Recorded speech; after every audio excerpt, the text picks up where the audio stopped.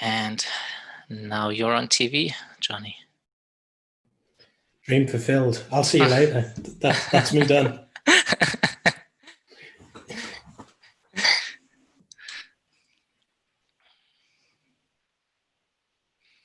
All right. Yeah, I think it's good. It's also good if it's just a small group, we can then like really get into back and forth, good chats, I'm hoping, later on. And, you know, I think let's just get started with the intros, and I'll just admit people as they come in. But yeah, no need to wait any further. So, Jonny, thank you very much for taking the time, making the time today to share your story around how your team moved to ShapeUp. I guess I wrote it in the announcement already, but we met at a digital jobs to be done workshop by Bob Moesta, Right. the man himself, which was good fun. And yeah, right then and there you committed to sharing your story, which was awesome. I think you blackmailed me. It was something along those lines. Twisted my arm at least. I think I may have. Yeah. But I'm glad to be. Otherwise, I'm glad to be here, David. Thank you. Awesome. And I'll let you get started in a minute, but I thought it might be nice to get to know the audience at least a little bit before. So I'm trying this polling feature of Zoom now. So in a second, I'm going to pull up a short survey, which should now be showing up for all of you guys. So if you do see it, I'd be glad if you answered these 3 questions just quickly.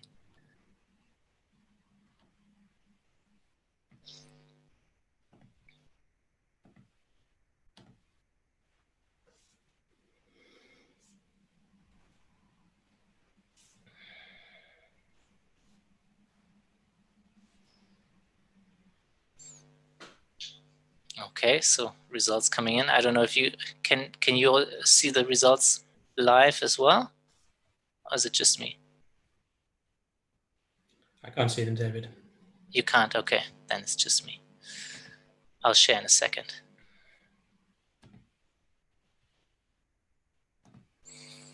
Cool. I mean, as this wasn't really a tough survey, I'm going to close it now so we can look at the results together.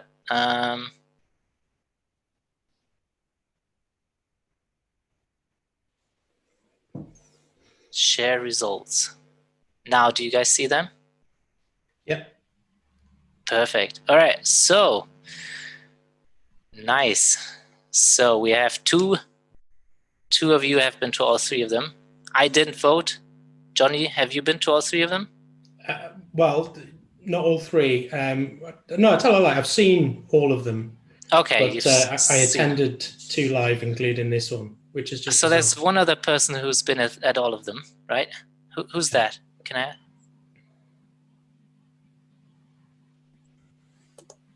It's me, Dirk. Oh, hey, Dirk. Hi. So in fact, the first I was just listening via the YouTube stream because I was late in applying for the invitation, but it's been all meetings, yes. Nice. Okay, so you let us know how this one compares in the end. Yeah, sure. Cool, thanks. So I guess, and then for most of you, it's the first one. Okay, we have mostly product people here, some design, some engineering, and then experience with ShapeUp. About half of you are doing ShapeUp.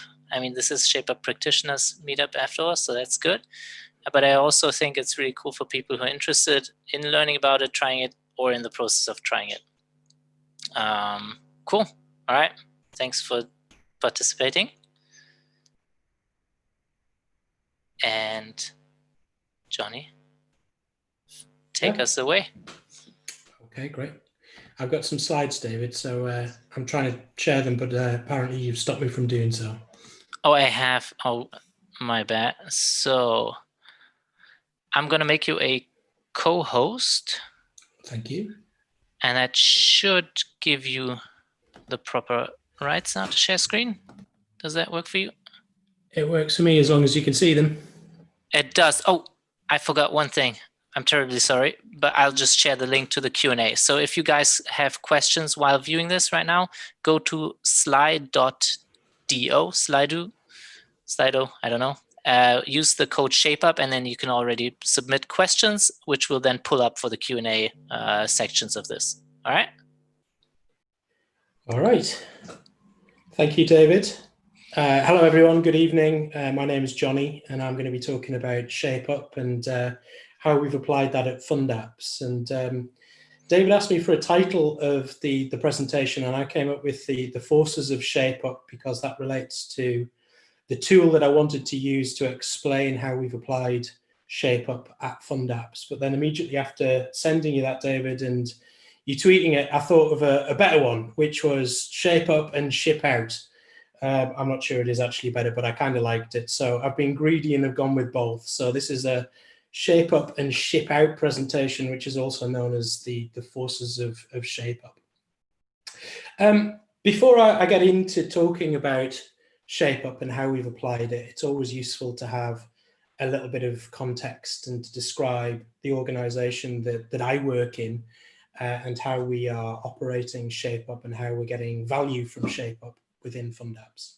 So I think that the first thing to say is that we are a B2B business at FundApps. We're what's known as a reg tech company, which is the fashionable term for what's otherwise known as a regulatory technology company. We were founded back in 2010, so we're coming up to 10 years old, and all of the 10s, we are about 10 million annual recurring revenue. Now, the work that we do relates to the support of hedge funds, pension funds, banks, global asset managers. And essentially, we take legal information that relates to over 90 jurisdictions around the world. And if you are a bank, if you're a hedge fund, a pension fund, institutional investor, you have to adhere to that regulation. You need to pay attention to it.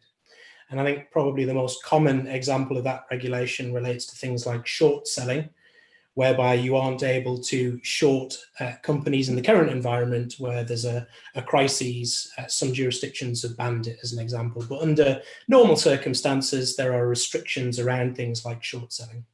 Or if you're a very large investor, you need to report when you have a very large holding in a particular company. So we take the regulation, we code rules, we take positions on a daily basis from these companies. We run the rules against those positions, and we tell people when they need to disclose to the regulators around the world. Now, some would say, certainly not me, but some would say that that was a fairly boring domain. But in response, I'd say that it's the best kind of boring, because companies with lots of money have a very difficult problem that they want us to solve. And we do it very well, and they pay us very handsomely, hence our annual recurring revenue. But overall, we're very proud to report that we have around 10 trillion assets under monitoring, which really is a great accolade to the service that we provide, and represents the growth that we've gone through as a business. We are very much moving from startup stage to scale-up stage, and it's probably overdue, really, that term of scale-up is somewhat overdue by a number of years. We have been scaling up for some time, but we are true to our startup roots, certainly from a cultural perspective. We have 3 product lines, including the core product, which is known as shareholding disclosure, which I've described. The other 2 relate to the same type of domain. And in order to support that product, you can imagine a very complex underlying platform with a focus on obviously running rules in an efficient time, gathering relevant market data from various sources, either publicly available or not, in order to bring that together to check client positions in an efficient way and to allow them to report to the regulators. In addition to maintaining that complex underlying platform, as well as supporting functionally and adding functionally to the existing product lines, as well as searching for more products to invest in. We're gluttons for punishment, and we are currently undertaking architectural investment at the minute in order to invest in the architecture for the future to support our clients on an ongoing basis. Now, just briefly to describe the team that supports all of this work, at least from a delivery perspective, we have 3 product manager positions, 2 design positions, and around 25 engineers, which cover the disciplines including front-end, back-end, DevOps. And the message is that we're doing lots of stuff. We've got a nice business and we're adding more of everything, gladly including new customers in the current environment.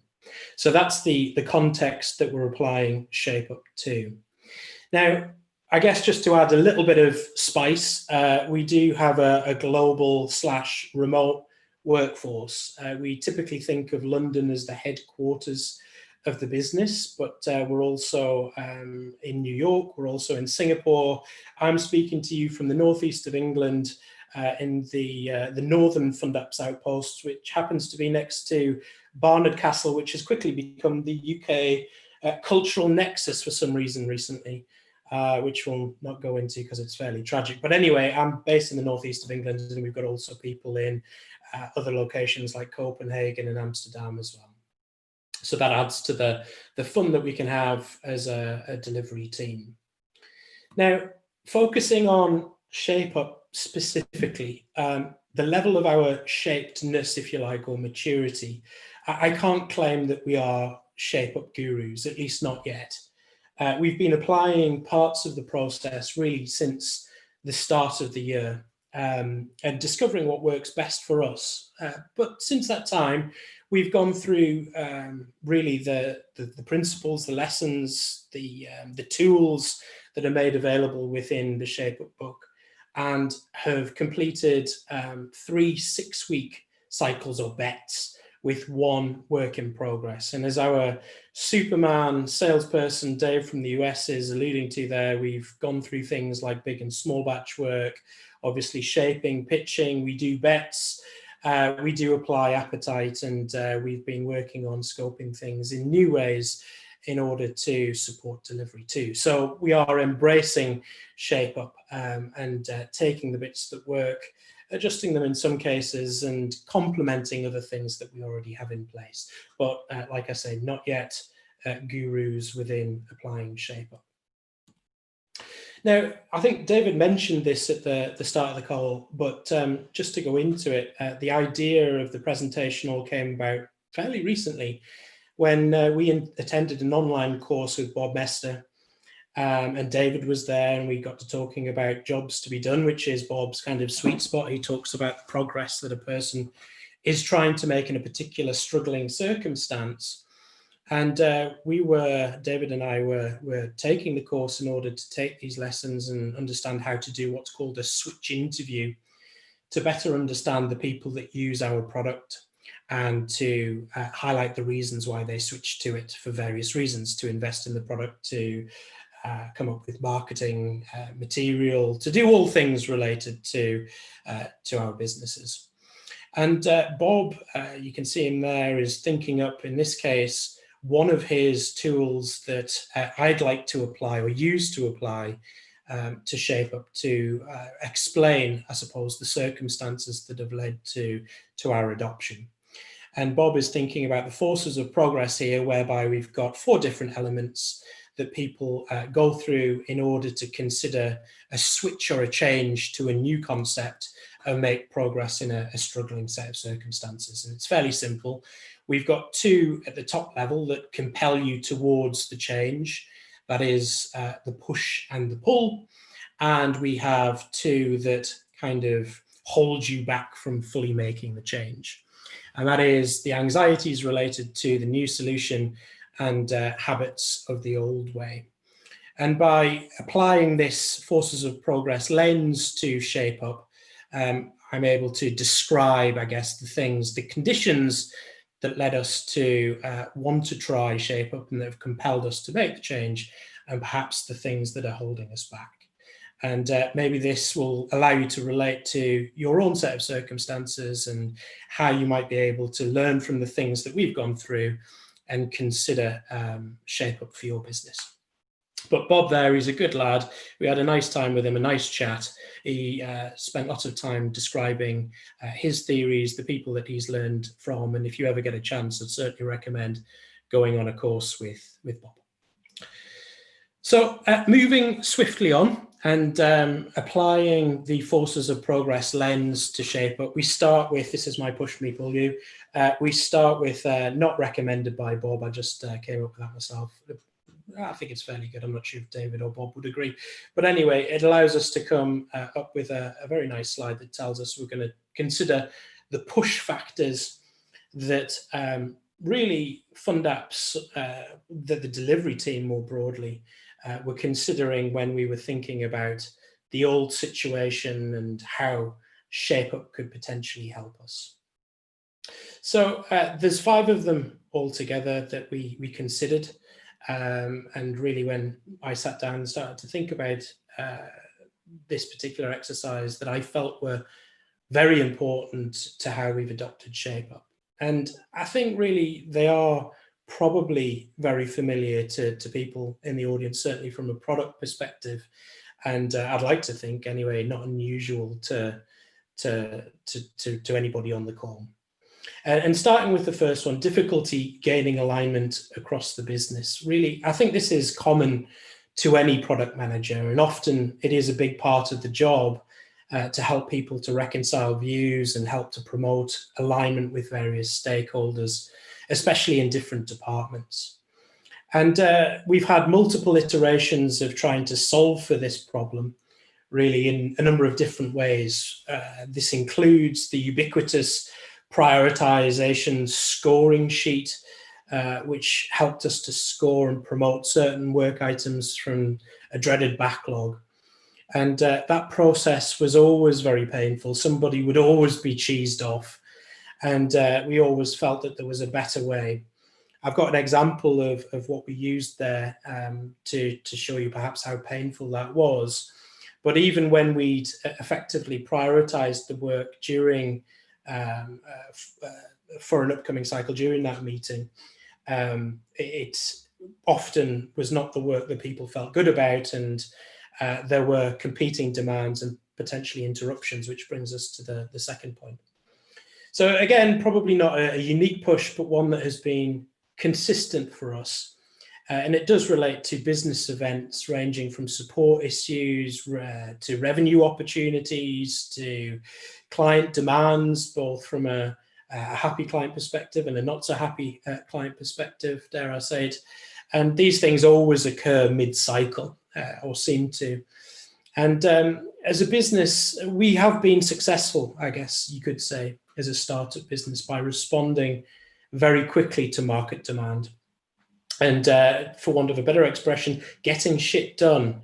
And the temptation is always there to go a bit faster, to whack-a-mole opportunities as they arise. And this does lead to problems when you're prioritizing work, as I'm sure you will agree, where there are competing demands, where there are interruptions, and it can feel at times a bit like firefighting. That was certainly one of the things that we wanted to counter by adopting something like ShapeUp. Another push relates to the transparency of work being done. And I think it's fair to say, despite having very good communication channels and a strong culture of transparency within FundApps, it can be very difficult for everyone to be aware of the status of ongoing work and how things are progressing. And whether that's within the delivery team, whether that's more broadly from a sales perspective or a customer service perspective, it's often not easy for people to understand exactly where things are up to and the transparency of that work. And I don't think that's in any small part, it is related to the scope of the work and scoping it out in anticipation and in advance of the work being done. Things can develop as they are being undertaken, and it's often difficult to keep everybody up to speed with the decisions as they are being made. The fourth one, different definitions of done, really relates to, in my mind, the same thing. There is certainly potential for surprise when scope has not been fixed in this way and made clear. And like I say, it relates to the same underlying challenge, whereas the work evolves during the process of being completed. People's definition of done is not always consistently updated or shared, and the endpoint that people have in mind is sometimes different. And one of the main ones for me and some of the other team within FundApps relates to the last one, and that is unbounded work. And the phrase that, well, if the work's important, it will last as long as it lasts. And whilst there is a strong culture of trust within the business, and especially related to delivery teams, we allow delivery teams to take ownership of their work, of course, and deliver it when done. It is difficult to reconcile decisions to invest in certain areas of the service along the way, so that business value coming out of the feature being worked on is well aligned with the effort that is going into it. So certainly a theme there around scoping work and making clear what the expectations are. In that particular example, for the fifth one, for unbounded work, we found that delivery teams would invest a lot in a feature from a business perspective, would add value, but we wouldn't think was particularly important, perhaps. And we were investing more from a development perspective than really was appropriate, given the scope of that work not being made particularly clear. So they were some of the pushes of the situation that led us to considering Shape Up. Going back to number one, and difficulty gaining alignment across the business, I guess this would be familiar to many people on the call as a means of prioritizing work for delivery teams to work on. And I'm glad to say that this was actually retired sometime before Shape Up, but is something that we used in order to prioritize the work that was upcoming. We would solicit input from various teams across the business, whether that is engineering teams, customer service teams, sales teams, to understand the feedback that they were getting from the market or the work that they were doing or the clients that they were talking to about the things that we should be doing. And over time, naturally, we developed a bit of a backlog. And we would have business goals that we codified within this particular spreadsheet that related to things like customer satisfaction, time to value with ability to onboard, the risk of a misdisclosure for this particular product, as well as effort to avoid queuing effects, and the risk and confidence in value that we had in order to prioritize this work. And very quickly, actually applying this kind of framework, it felt very disingenuous as a product team, scoring the work in this way. We did score the work in advance of the meeting to discuss the scores before deciding upon the priorities with other stakeholders and collaborators from other parts of the organization. But in that fact, it probably wasn't a democratic or as democratic exercise as we thought it was. We were biased. We were, to some extent, maybe unconsciously, maybe consciously sometimes, engineering the scores in order to get the priorities that we felt were important. So it was a bit of a charade I felt that we were going through in the end. And often we would sit in the meeting and the things that were being done were continuing to be done every time we had the meeting, and the backlog remained consistent or constant. Things didn't move. It felt like a meeting for meeting's sake. We were cargo culting a little bit. And this was certainly one of the pushes that led us towards considering something new. And I was very pleased to get rid of it. So I'll pause there for a second. That's the pushes of the situation, of the work that we were doing that led us to consider Shape Up. And I guess really to summarize the work or the pushes overall, it was hard to start doing the work with priorities. It was hard to do the work once we had started. And whilst we were doing the work, it was actually hard to stop in the end because we hadn't got a good definition of done. So overall, there's a common theme there. It was hard. And whilst the gif on the right from The Simpsons, it was much toil and hardship for scant reward, it's slightly tongue-in-cheek. We were delivering value. We were adding things to the product. We did good work, but we felt it was a lot tougher than it needed to be. And overall, that's the set of circumstances that compelled us to consider ShapeUp.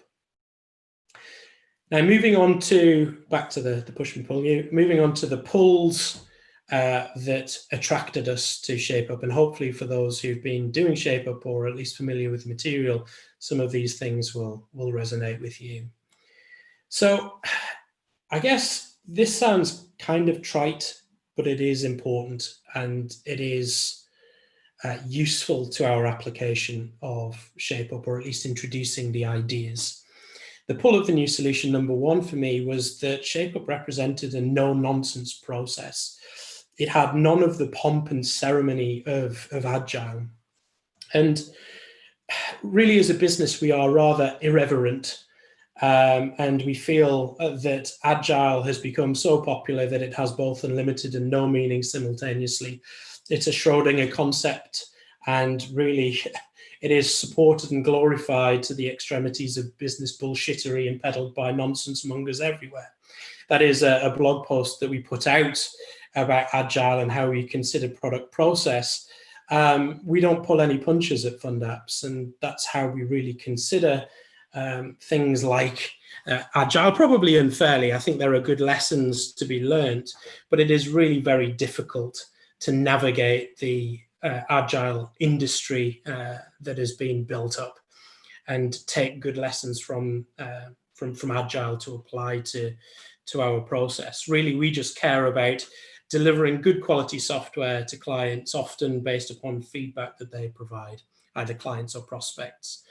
And when we saw ShapeUp, when we saw that it was a no-nonsense process from a software development company that we respected, and that talked in very simple language, that didn't have ceremonies that I feel are at times overwhelming from other kind of process perspectives like Scrum, it was something that suited us, that we wanted to get involved with, and we felt we could get involved with. The other very appealing aspect of ShapeUp that immediately appealed, and hopefully this is no surprise leading on from the pushes that we've talked about, was the concept of the circuit breaker. And I think this has been described in various ways, in different guises, both in the book and in blog posts, and in this case on Twitter by Ryan. And in this post, he was describing the fragility of 6 weeks bets. And often he's referencing Nassim Taleb. When we think of fragility, we think of it as a bad thing. But ShapeUp and 6 week bets are purposefully fragile. They're something that can fail without ripple effects, so that as the term suggests, there's a natural circuit breaker to limit investment, to make sure that we are reconciling investment from a delivery perspective with the business value that we have in mind. And that was something as a forcing function, as a positive constraint that really did appeal to us and led us to wanting to adopt ShapeUp. I guess as a financial as a business that works in the financial services industry, we think of stop losses, I guess, as a different way of thinking about circuit breaker, whereby you can limit your investment in a particular trade if things are going sideways by setting a stop loss with your broker. And this naturally appeals to us as a different way of thinking about circuit breaker and applying it. So again, setting scope. The third pull factor was one related to getting rid of that shitty spreadsheet, the charade that related to scoring a growing, ever-growing backlog of items. And we felt that there was an opportunity to increase the efficiency of communication. So we didn't need to invite the world and his wife to the prioritization meeting and sit there and debate things for time eternal. we could get together, 3 of us really, to represent the business. That would include myself, it would include Andrew White, the CEO, and Toby O'Rourke, the CTO. And we'd be able to talk about the things that had been nominated since the last time we spoke. Fairly simplistic. But between us, we didn't need to encode the categories that we previously applied to a backlog in order to work out what was important in a fairly artificial way. We already knew. We'd spoken to the different stakeholders in our business. We gathered feedback. We had a good understanding, both technically and from a business perspective, about what we should be doing and how to align that with our strategy.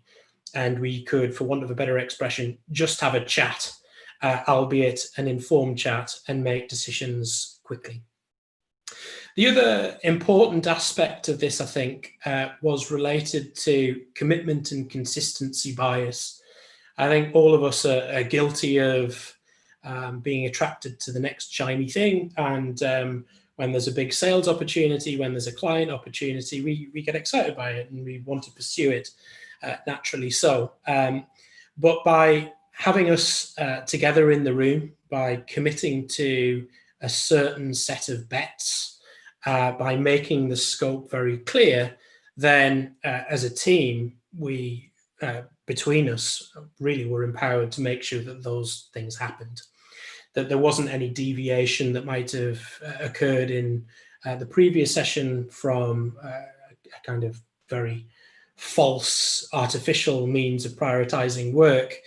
It was a commitment that we made and we wanted to do as we'd said. And that was one of the things that attracted us to Shape Up, simplifying things.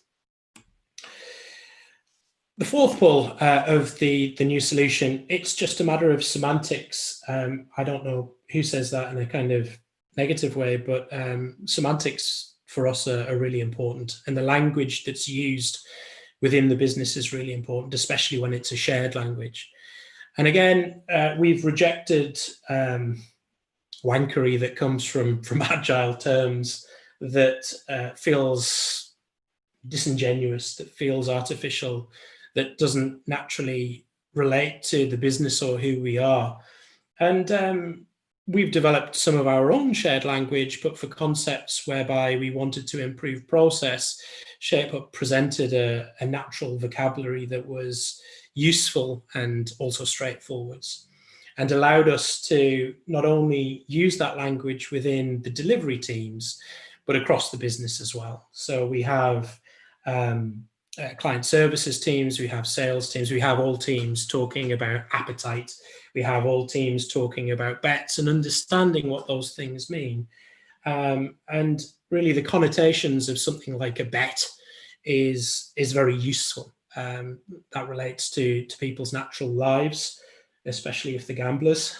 But otherwise, it relates to the fact that things don't always work out from a product perspective, that even if you do the work, you might not get the intended consequence. And as a business, we should be making bets. Having that shared vocabulary is not just useful to navigating the way in which we're doing the work and describing the work that we're doing, but also the concepts of the business that we're in. And using that from a Shape Up perspective and seeing that was definitely attractive quality. The last one that really appealed to me was related to, and I've just got a load of random words on the screen here, the decentralization or the empowerment, trusting the delivery teams more. I've said leaving it to the professionals with a picture that probably won't mean anything to anybody who wasn't around in the early 80s, perhaps the late 70s in the UK. They are the professionals, by the way. Awesome car. But anyway, really the pull of the solution here was trusting the teams, the delivery teams, to do the work. As a team within the business that included myself, the CEO and the CTO, we could prepare the direction, we could inform the direction of the teams by handing off to the teams with a defined scope, a well-shaped up set of work for them to do themselves without being prescriptive. Felt like a great thing, and one that suited our culture and means of getting work done through trusting people to be very powerful and very attractive. So I'll pause there, David, just having gone through the pushes and the pulls. I don't know if you've got questions or anybody else has. Yeah, I've been monitoring Slido. And there's actually a couple of questions. So let me just share my screen so we can look at them together. And everybody else feel encouraged to also upvote or downvote questions. Or since we are just such a small group of people here, also to unmute yourself if you want to ask a follow-up question on the one you posted. I think it's totally fair to get into like a discussion here. So now you all should be seeing the questions. Is that correct? It is. Cool. And then I can kind of pick one of those. And as I do, you can answer them, Jonny. Does that work for you? Yeah, go for it. All right. So what was the reaction of the developers when they got time restricted instead of it's done when it's done? It's a very good question. And we go into that detail later. It was a one of, I'm trying to think of the best way to describe it. They didn't like it. I think this related to bets generally, and what they perceived as deadlines. And really, I can summarize that by saying that this was seen as, possibly by some, not by everybody, as a lack of trust on our behalf. Have we done something wrong? Mm-hmm. By having you apply these deadlines? Why don't you just trust us to do the work? And that's a fair challenge. And I think really the way in which we countered it and explained it was by saying that this wasn't anything to do with their actions. It was more related to us, that we hadn't set the scope properly and we weren't aligning investment decisions with expected payback in the right way. And unless we were making that clear and setting appetite and having timescales associated with delivery, then we could spend a lot of time on features that ultimately we wouldn't get good payback for. So the reaction was one I didn't anticipate at first, and we can come back to that. But we got over it by talking about the purpose of the business, by appetite, by investment decisions, and certainly we're giving it a go. And we had, the other thing to say is we had plenty of good examples of when done should have been done rather than continuing the work, I think. Okay, got it. Yeah, because this all resonates so well with my experience as well. Introducing deadlines and them being perceived as kind of, did we do something wrong? So I want to kind of stay on that topic. I'm just going to pick the next question down here, which is kind of related, I think. ShapeUp talks a lot about building some version of feature X. Who's deciding what some version means, and how have you accomplished that? And how I think that is connected in a sense is that before you were like, it's done when it's done, and you probably have a more polished version in mind than if you have to fit it into 6 weeks. Right. I think that's a good question as well. So I think that partly relates to some of the anxiety that we faced as well with the concept of deadline, in that there was an anxiety around, will we ever come back to this? Are we betting on something here that we just deliver? And do we then have to live with it? Not just from a functional perspective. Different groups had that same anxiety. So from a client services perspective, the anxiety was, well, that kind of looks like a minimum viable feature or product. Will we ever come back round to invest in that to really kind of round it out? And from an engineering perspective, it was, well, we're going to do the 2-week cool down and we'll improve on those things during that time, or at least, refine the code, refactor the code and make it maintainable. But again, will we ever come back round to this to invest in it properly? So that was the first thing. There was some anxiety related to it. In terms of deciding what version of the feature we wanted to build, really that was based upon the outcome ultimately that we wanted to achieve. And we've recently built a reporting tool that represents client data in a different way and had the explicit outcome of starting to share that data with other stakeholders within the client business, not just the main users of the product now. And the version that we built was limited to achieving that outcome. We could have developed a variety of features that suited the existing users of the product to represent the data in a number of different ways. But that wouldn't have led to the outcome of them sharing the report with different people within their business. So we started there. And we built something that was intended to be shared that would be appealing to different stakeholders and would allow us to promote our service. And those existing users were somewhat disappointed that we hadn't done everything that they wanted, but it achieved our objective and we could come back round to that version in the future based upon the feedback that they had. I'm not sure if that answers the question, but hopefully it's a go at it. I mean, for me, it makes total sense. Okay, awesome. Well, I'll take your word for it. All right. Let's just do a couple more and then go into the next section just so you don't lose too much momentum. Okay. How do you deal with bugs? What about emergent issues? Because you mentioned it in the beginning that those were kind of as well interrupting. Yeah, it's a continual challenge, I think. So I think with bugs, we do things like bug smashes.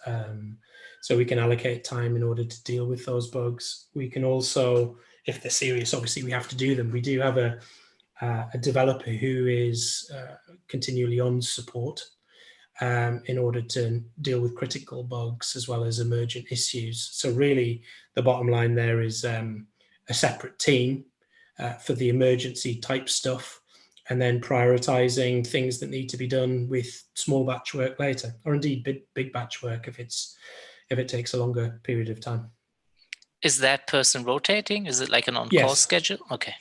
It rotates on a weekly basis, I believe. Okay, cool. All right. All right.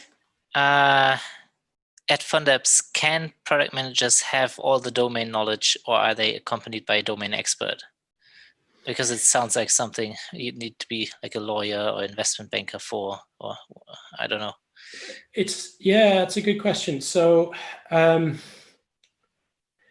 guess we are still emerging into kind of, we've come from a space of generalist specialists, I suppose, whereby we've known a bit about everything and we haven't kind of specialized into roles. So the domain knowledge currently is pretty strong across the business. I suppose for me, I've worked there at FundApps for quite some time and was a salesperson originally as employee number 6 or 7, and have done a variety of roles in between, obviously ending up with product. I think that's the same with a number of people at FundApps, especially the people that have ended up in product roles. So there is a good degree of knowledge from a domain perspective, and people typically come from finance.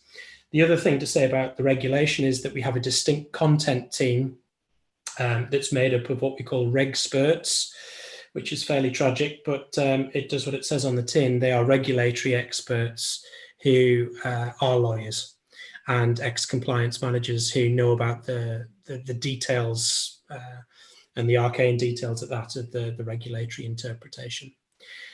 So we've got a good domain knowledge as product managers, and we've got even better knowledge as regulatory experts, and we complement one another to develop the pictures. All right. And then how many teams do you have, and are they fixed or are they formed for every cycle? That's a good question. We've gone a number of different ways around this. At the minute, we have what's called micro teams. So we form teams based upon the work that we do. And that was a fairly recent change for us. Previously, we had long-lived teams and would allocate essentially a backlog of work to each one of those teams. And we didn't feel as though that worked particularly well. We felt as though we were kind of matching the teams up to work rather than the work to a team, if that makes sense, which again was somewhat artificial. So at any one time, we could have up to 4 to 5 different teams working on something altogether. And we do it on the basis of who is available, interest, skills, and what's up next. How has that change been perceived? Well, I think initially there was some concern that we would be abandoning teams, and that people had relationships within those teams, and they would lose some kind of personal connection. But actually the opposite has been true. I think obviously by working with different people, you get to know different people in the business from a delivery perspective.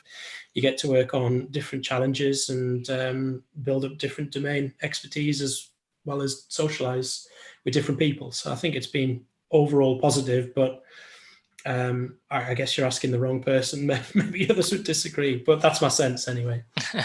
Okay, if it hasn't been a positive, it hasn't reached you yet, I guess. True.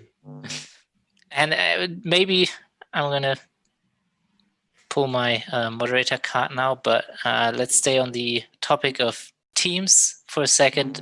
Who does the shaping, pitch writing, and do you empower the triangle of product design engineering?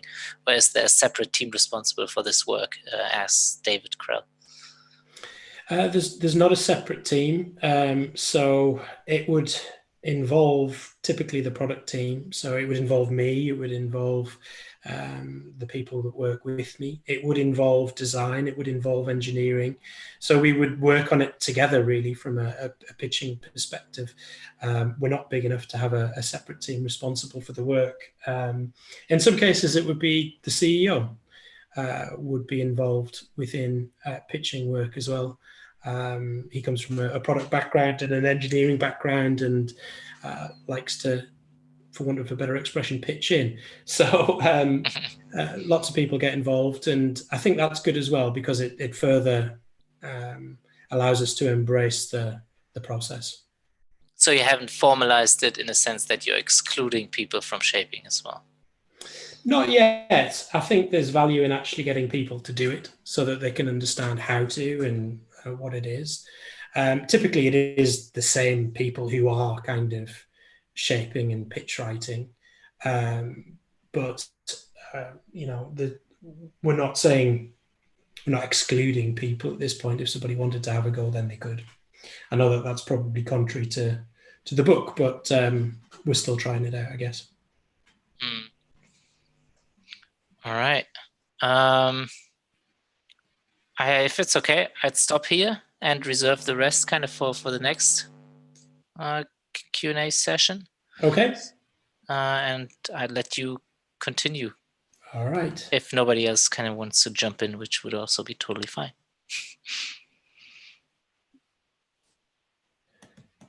I guess that's a no.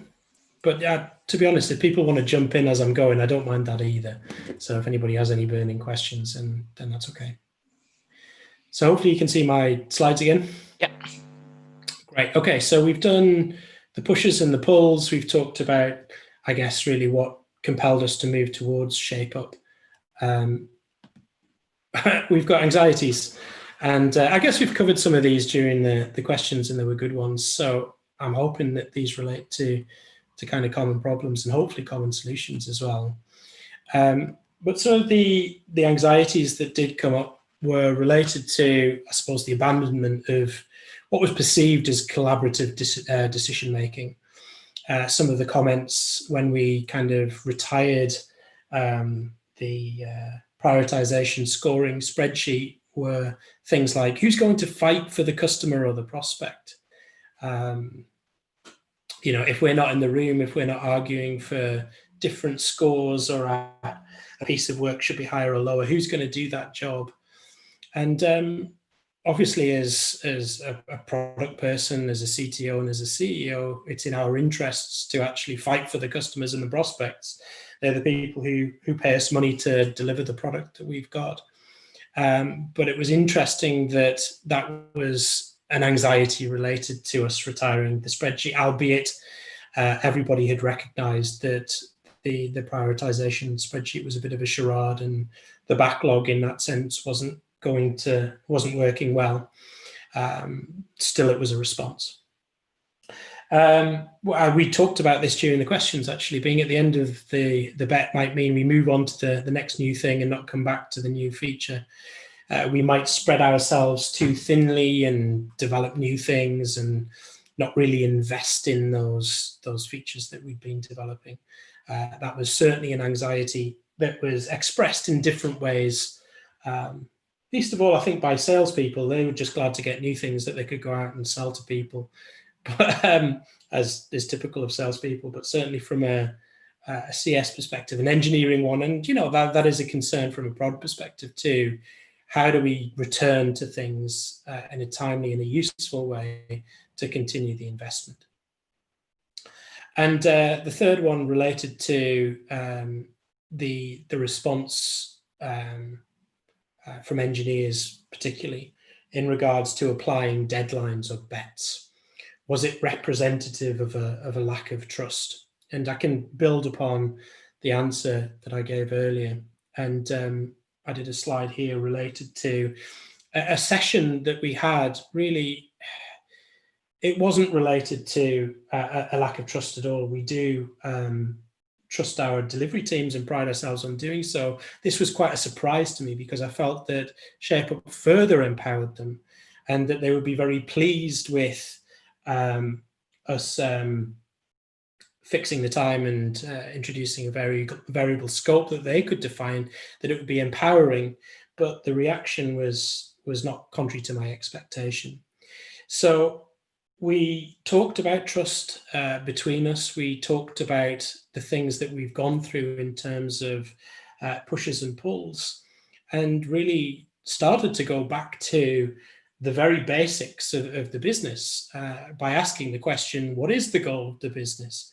And we got various answers, all of which were good, making compliance simple by automation, using innovation to shape the compliance industry and make a life of a compliance officer stress-free, all these kinds of things. Where's the one I like?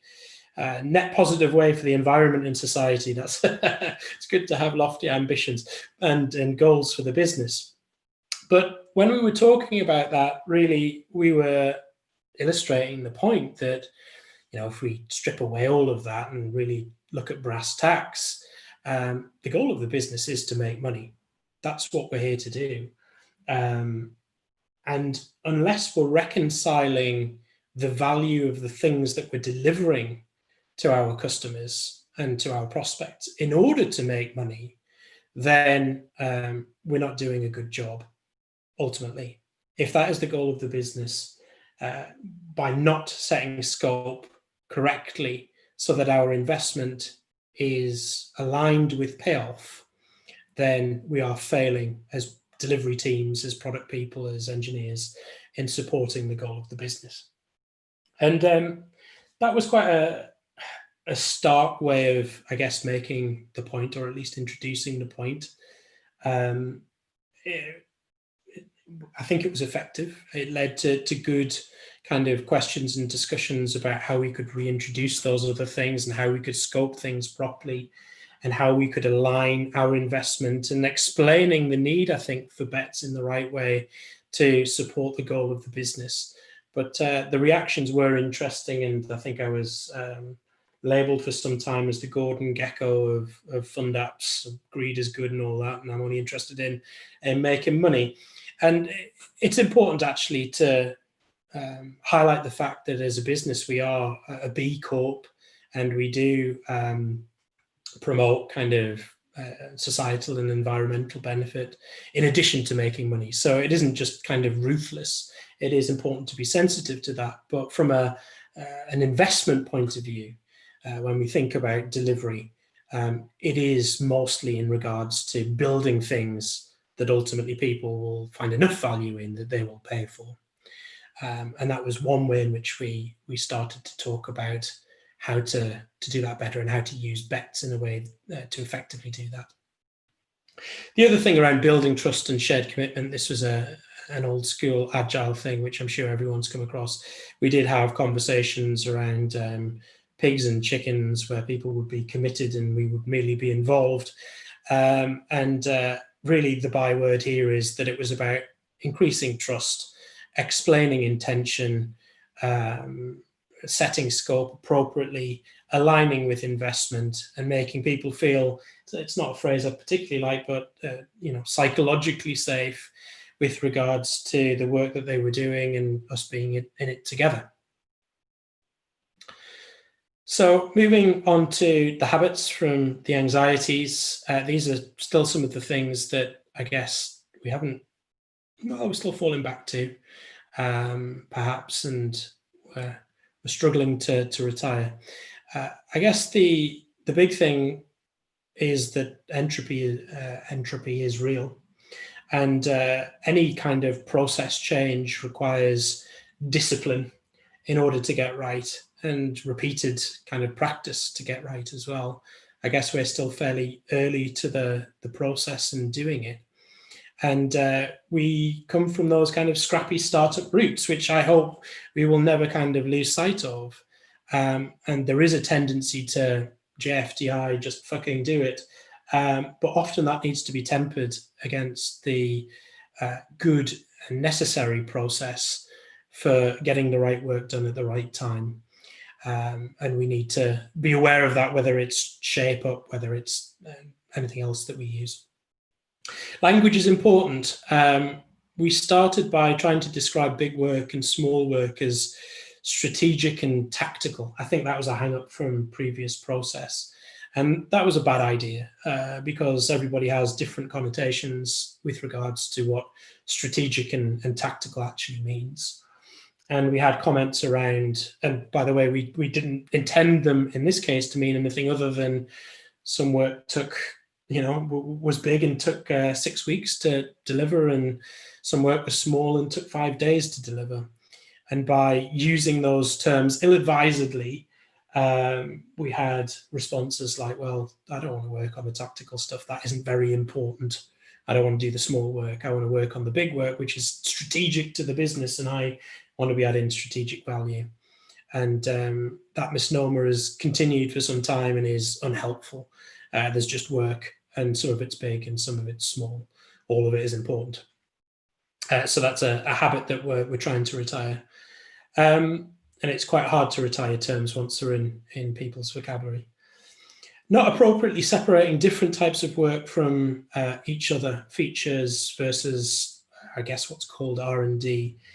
One of our cycles went, I think it's fair to say, not well.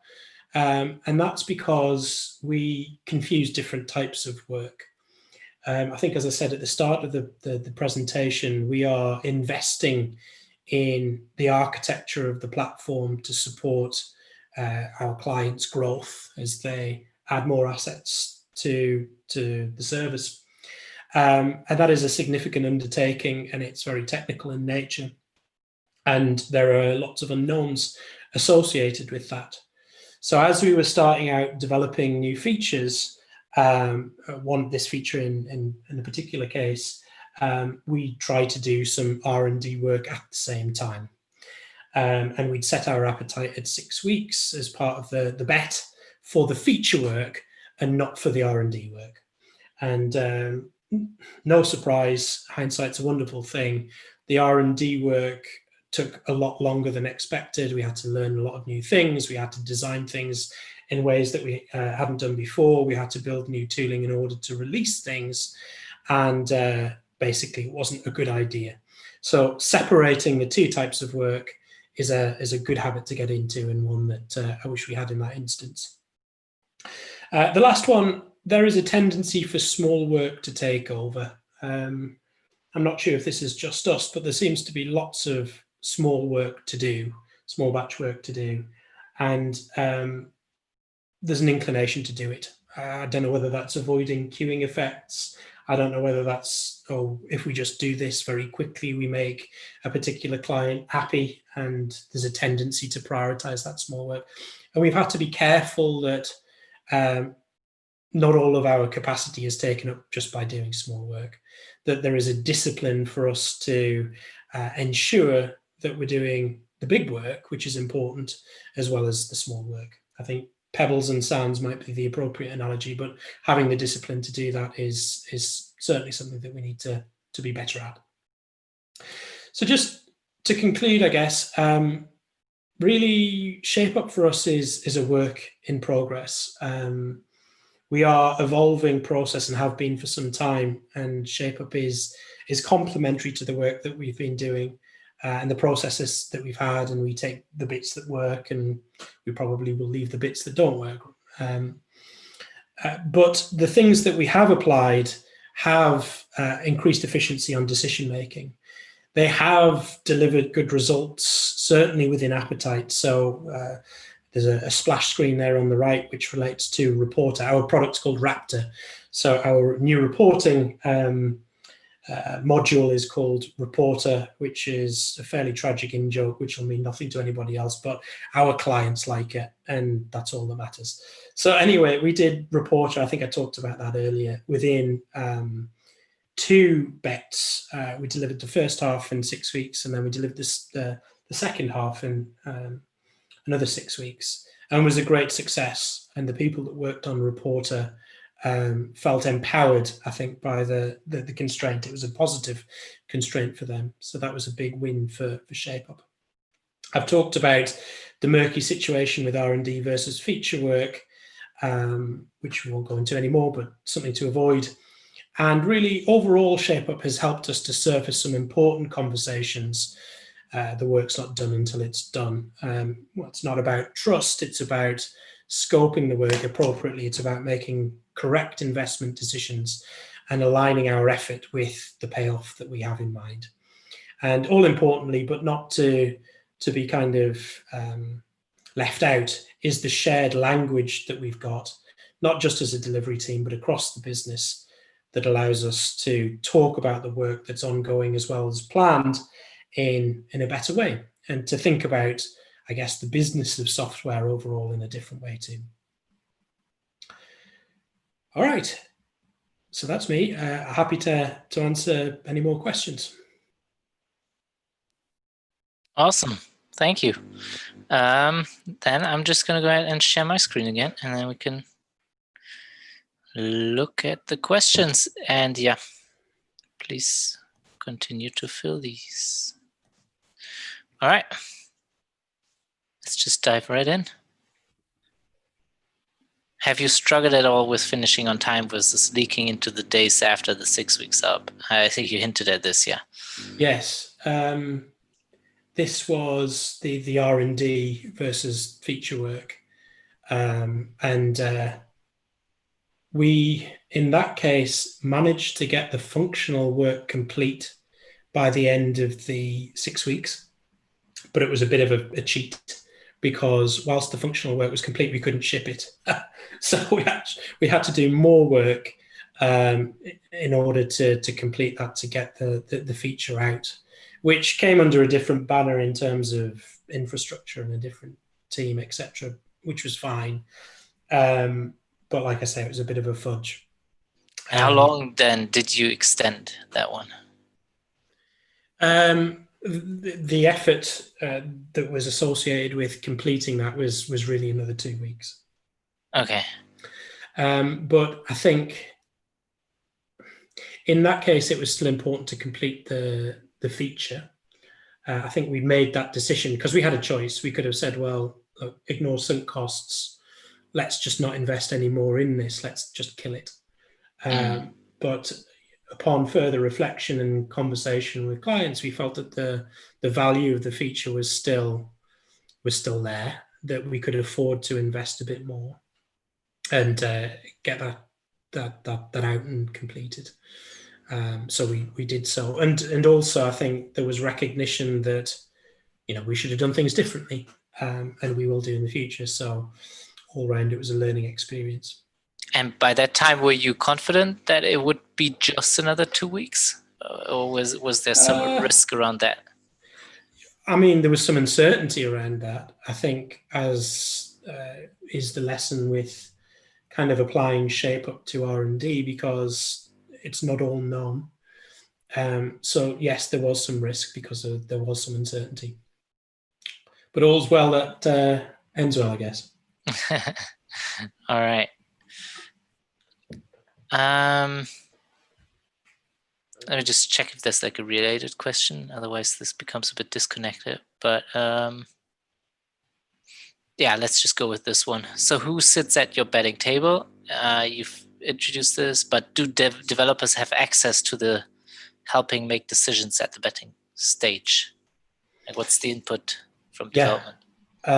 So the betting table is comprised of me, head of product, the CTO, and the CEO. Nobody else comes. But prior to that, we work as a product team and an engineering team to obviously shape up and develop the pitches.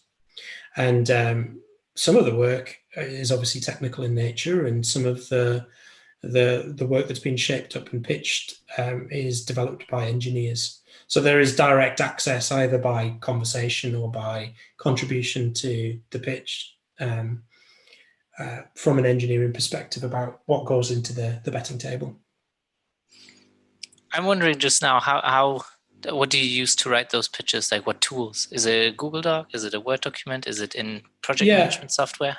It has been Google Doc, but we use Notion across the business, and we've been porting over to that really with bets. So everything is available within Notion. Everybody has access to it. We publish the bets on there and also on Slack. Everybody can review the pitches. Everybody can review the decisions that have been made and the rationale behind why they've been made. Cool. All right. And then, yeah, I guess this one is on a related note. How do you involve designers, engineers in pitch writing and at the same time protect their time during the cycle? Yeah. I guess there's no real kind of hard rule to this for us or exact science. We just kind of talk to them about it. I guess really we've got go-to engineers that would typically help us with the pitches. So people that would contribute to us writing them. Our engineering manager would also contribute to that. But doing the kind of dual track thing there's no hard and fast rule. We just need to be mindful that is part of people doing work, and they should have time to have conversations as well as delivering software. And so the developers self-assign to these things to become kind of part of the shaping process? No, it's probably more informal than that. We would approach people. They might have some domain knowledge. They might have some experience. We'd include them within the process on that basis. Got it. Ahmed, does that solve your question? Yeah, thank you so much. That's perfectly answers. Thanks. All right, awesome. How often do you change your team structure, product process? How has this impacted new product development? Team structure, an engineering team structure, or the product one? Or both? I'm going to let this sit. I can answer, I guess. Yeah. I guess from a product perspective, we're actually just considering more changes now. I think we've been fairly fluid about how we manage things in terms of structure up until this point. But as we're developing more product lines within the, dare I say, portfolio, we're thinking about having a more rigid structure in terms of responsibility and ownership, perhaps more of a PO type relationship with those products. whereas previously we've thought about PMs and POs kind of being the same thing and doing a bit of everything. But as we're starting to introduce those things, I think we need a little bit more discipline and structure around that. So I guess that means we both haven't changed the team structure very often on account of that, but at the same time we change it quite a lot because we do a lot of things as individuals in the meantime, if that makes sense. But I guess that's gonna change. From a product process perspective, David, you and I were joking about this recently, saying like, when is it ever done? And I'm not sure it ever is. So really the product process, I've been in the product role for, I guess, 2.5 years. It's changed continually over that time period, and we're refining things all of the time and trying to be sensitive to change fatigue. We have made a few changes over time, and that's definitely something that we need to be careful of, and hopefully we're getting better at it. And in terms of managing that change and people's commitment to the change. But it can impact new product development as you introduce new things and take away things people are used to. Then there's an orientation phase that needs to happen, and people need to get used to things. And you were just saying that you were already, over the course of your 2.5 years now, changing things quite frequently, right? Because for us, to be honest, we had been defaulting to a Scrumban process before, and had been intentional about the way we work at all. And with the move to ShapeUp, started kind of a phase of being very intentional about how we work, and then we moved very kind of close to ShapeUp, and now I'm moving away in some parts because we've become so much more intentional. Right. Something you've been seeing as well, or was it like we're as flexible, as open to change as always? I think we're open to change. It's hard. You shouldn't do change for change's sake. I think people are open to change as long as there's a consensus that there's a challenge that needs to be fixed or an improvement that needs to be made. And I'd like to think that in retrospect, at least, people would agree that the changes that we've introduced have been necessary and they've improved things overall. And I also think that as we kind of perhaps center on success, the need for significant change is reduced, at least to some extent. But then, on the flip side of that, I'm going to completely contradict myself. The business is changing quickly. We've grown as a business. I think when I was in the product role 2.5 years ago, the business was maybe 30 people. I mean, it's not exactly kind of Facebook style growth, but we're up to nearly 100 employees. We've opened offices around the world. We continue to do so. We've added lots of clients. We've added new product lines, and all of those things dictate change or require change. So on the one hand, it feels as though we're centering in on some things and change in certain areas is reduced, but naturally the evolution of the business necessitates other types of change. Yeah, makes sense. Just because you were recently talking about kind of R&D and the difference between R&D and feature work, David Krell asks, wondering if you've seen the update by Ryan on Twitter about when to apply ShapeUp versus R&D. It's pretty illuminating. Do you know what he's referring to? Or? Yeah, I think I did see a post about that. I mean, maybe it's a different one, and if David's got the link to it, it would be great to have a look, because that's certainly something that we've fallen foul of and need to be mindful of. So yeah, I've seen something. If he's got something more, then that would be great. Yeah, David, maybe you want to share. I very pathetically, I have a screenshot of my sort of Twitter conversation with Ryan and not the link. So I'll see if I can dig up the link, but it's very interesting because he's basically saying there's 3 phases for new product development. R&D, obviously first, production, which is where ShapeUp comes in, and then cleanup.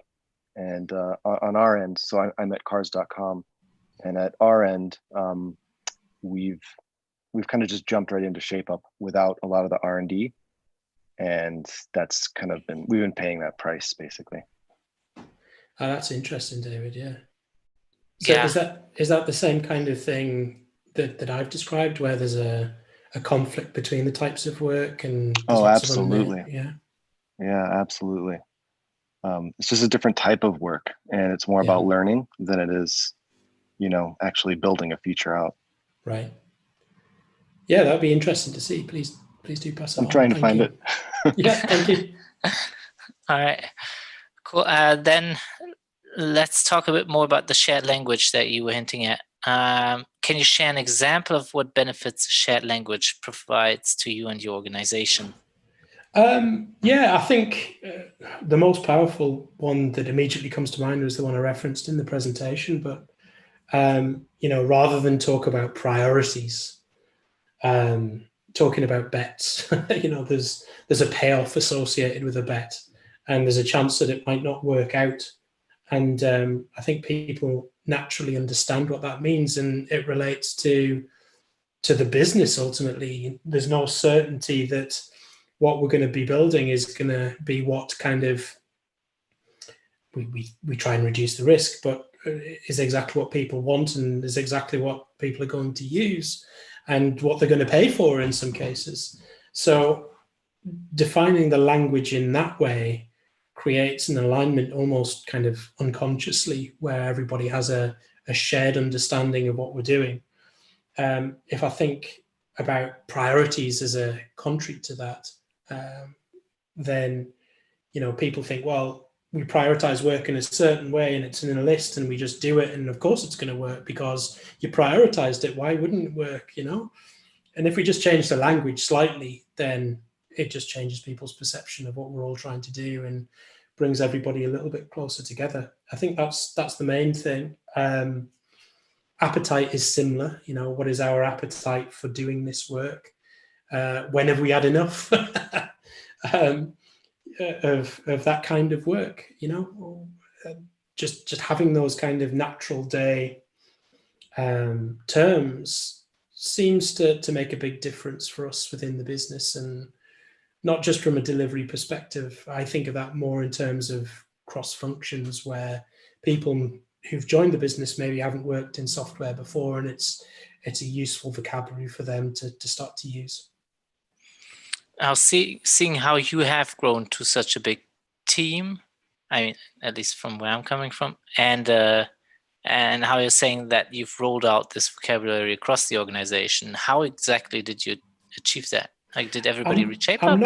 I'm not sure, to be honest. I think we just started to use it. So we're very kind of transparency is a value. I know that sounds trite, but we're very Slack centric. We promote a lot of kind of stuff on Notion. Everything is seen. Pretty much everything is read. There's no kind of secrets within the business, and just naturally using the language in regards to, we've just had our bet session. We've thought about an appetite with regards to this item, and here's the bets that we're going to be doing now. And, we're scoping stuff for this. We're shaping it up is instinctively understood. And I think that's different for me when you consider other agile terms. When you think about sprint or cycle or, Scrum or retrospective, I don't know, for some reason they come with a different connotation, and they seem less instinctively useful to people. People seem to have picked up on this language more quickly than in other instances, in my experience anyway. Yeah, makes sense. Maybe I'm overthinking this, but that sounds good. Oh, by the way, David found the Twitter screenshot that he was mentioning, so don't miss to pick it up in the chat. I'll take a look. Thank you. All right. where does shoring up refactoring fit in? Would you have specific bets that are about refactoring? No, we tend to have considered technical work that needs to be done. I mean, in some cases, we do have engineering work that would fit into bets. If it was a significant piece of engineering work that has a particular business outcome, such as the architecture work, we'd consider it as part of bets. But often we think of, I don't like the phrase, but almost a tax that's applied that reduces capacity, whereby we would make investment in shoring up or refactoring to some extent. So we would make technical investment, and the engineers are responsible for making those decisions. We don't want to give them an overhead of having to try and ask for time to do things that they think are important. They should just do those things. So that's how we've tackled that. Corey, does that answer your question? If you're here. Yeah, I think it does. All right. I guess, sorry, just to tag on to that, where would they find that time? So that time would be taken from the time that's available to shape up, if you like. It would be separate time for them to do that work. Okay, cool. All right, and maybe get one question from Dirkin. Did your pitches evolve from being too specific to being just right to give enough freedom? Because you were talking about kind of coming from this change to more variable scope, fixed time, some struggles around that. I think, Dirk, you're probably asking the wrong person. I'd probably say they were always just right, but others might not agree. I think in reality, because when you're starting something new, you want to kind of make the best job of it, right, and write things out in the right way, and I guess explain lots of stuff, best intentions and all that. And maybe we were being a bit too specific. I guess we haven't really decided upon the appropriate level of fidelity with regards to a pitch, but really, I think it's just about conveying the intention and making sure that there's shared understanding about the scope and what we want to achieve from an outcome perspective. It's something for us to monitor, I think, but at the minute it seems to give enough freedom, but it's still early days for us. Something to kind of make sure everybody's happy with and we're getting things right. Yeah. Dirk, is that something you've been struggling with? Is that like the context of your question? Yeah, kind of, because I do have a technical background, and I have to keep myself back to provide a technical solution in the pitch, while just describing the problem and the boundaries. I think, Dirk, fortunately in this case, don't have a technical background, so maybe that's helped me. Ignorance is bliss. I come from a commercial and a sales background, so I'm kind of used to saying wafty things in generalized ways for people to do the work for me. So I think maybe that's how I've avoided it, luckily. There's certainly two extremes to this. And I've probably fallen to where you are, Jonathan, with the result that actually sometimes the teams would come back and complain that there wasn't enough problem solving done on the pitches yet. Oh, certainly, yes. I think from that perspective, we have not shaped things up enough, and I think we've heard about it when that's the case, and it's always led to bad results when that has been the case. So, Dirk, can I just follow up? Like, have you found just right now? Has this been a process for you?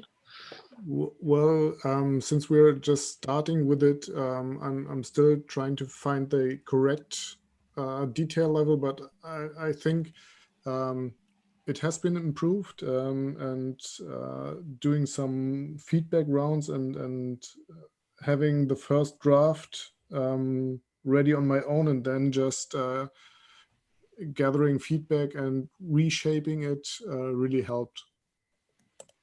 Okay, makes sense. All right, we'll keep tabs on you for the next meetups. Thanks. All right, I want to be respectful of your time, Jonny. So you just tell me kind of when to stop. Do you want to do 1, 2 more? Yeah, I can do 2 more. No worries. Yeah, Yeah. or we can also open up into like a, I don't know, roundtable discussion. But I'll just like send you 1 more. Okay. Yeah, let's just pick this one. Like, does your team do a 2-week cooldown after the cycle, and what does it look like? Yes, in one of the this was a painful lesson in one of the cycles that we'd done in one of the bets. I think that went missing a little bit. That the cooldown was part of the cycle, and a lot of the time was spent developing the functional aspects of what we'd asked for, and there was an assumption that cooldown could happen later, and that wasn't the case. So we've learned from that, I think, and people will include the cooldown within the cycle to, make sure that technically things are in order, that things can be maintained, that everything is operating sensibly, but also, we do things around the edges like user guides and marketing material and so on within that time as well, and that involves designers as it does developers at times. Yeah. All right, cool. Then I'm going to stop sharing my screen right here. And I'll just, like, if you have a minute, mingle. Any more questions that anybody wants to ask? Follow-up questions that we didn't get to?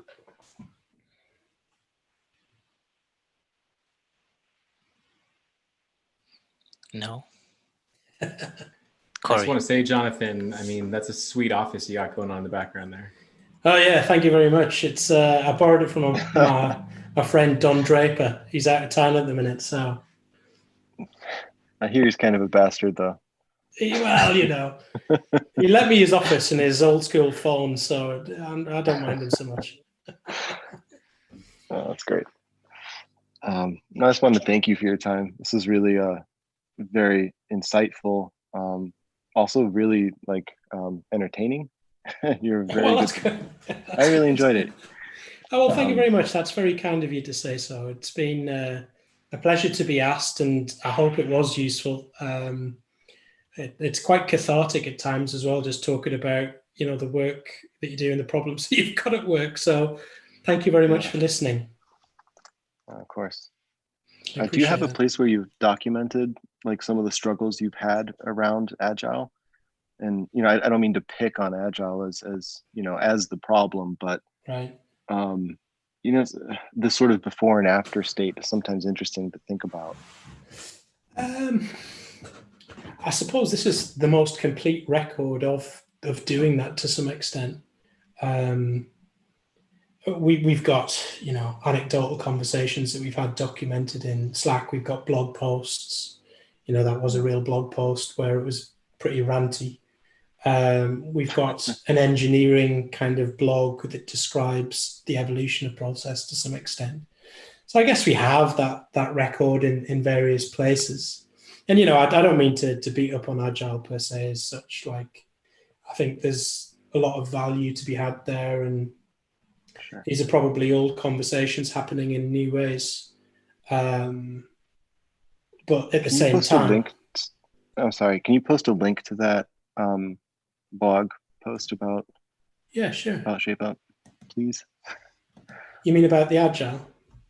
Yes. Yeah, the Agile rant. The rant. Yeah. Yes, sorry, the Agile rant. Sure, I'll do that now.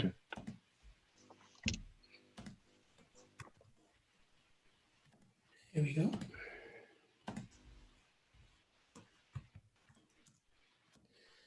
Yeah, thank you very much for making me feel so welcome. It's been great. Yeah, thank you for giving into the blackmail situation. Not at all. I was only joking. It was just polite coercion, and I appreciate you doing it. Awesome. Cool. Then, yeah, thank you for your investment of your time into this. It's just so helpful for me as well, like as we're struggling as a team to hear these stories of other teams and how people are adopting ShapeUp, succeeding or failing in parts. So that's helpful. And that's kind of, yeah, why I'm glad you took the time and shared your story. Glad to. See you at the next one. Yeah, I'd happy to see all of you at the next one. Sure. All right. Take care. Thank you so much, guys. Bye-bye. Bye, guys. Bye-bye. Thanks. Bye.